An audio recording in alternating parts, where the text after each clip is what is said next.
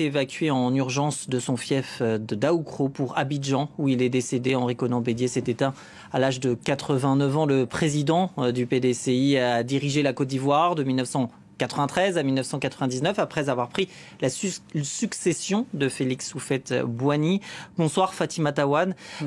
La mort d'Henri Konan Bédié, c'est évidemment la mort d'un leader politique de premier plan qui aura dirigé son parti, le PDCI, jusqu'au bout.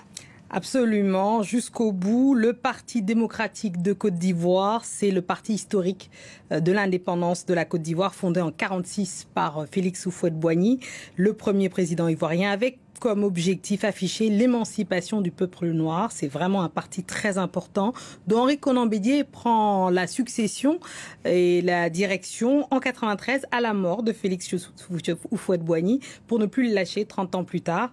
Sa mort posera évidemment la question de la succession à la tête de ce parti et sa place que va occuper ce parti et un potentiel candidat évidemment pour les échéances prochaines électorales, notamment évidemment la présidentielle en 2025. Alors, on lui doit aussi ce concept extrêmement décrié, pas que dans le pays d'ailleurs, c'est celui d'ivoirité évidemment. Oui, alors un concept politique fortement décrié, c'est sûr, qui pourrait être rapproché d'une préférence nationale en France. Par exemple, le mot est employé par lui-même, le président Konan Bédié, en 1993. Il met en place un concept selon lequel une personne serait ivoirienne seulement si ses 4 grands-parents sont nés en Côte d'Ivoire.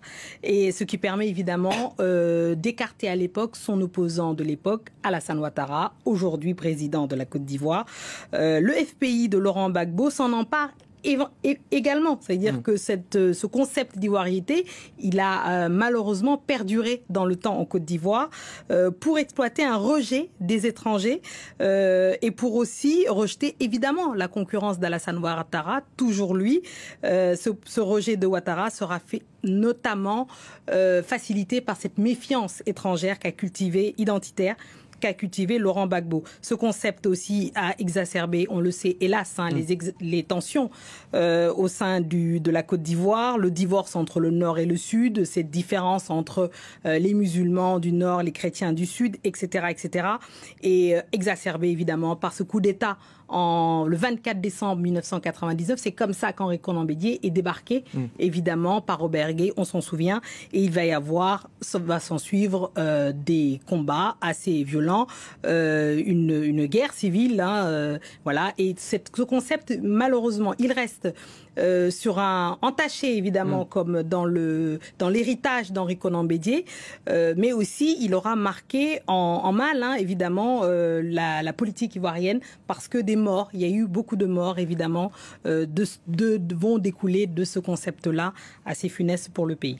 Merci beaucoup Fatimata Wane.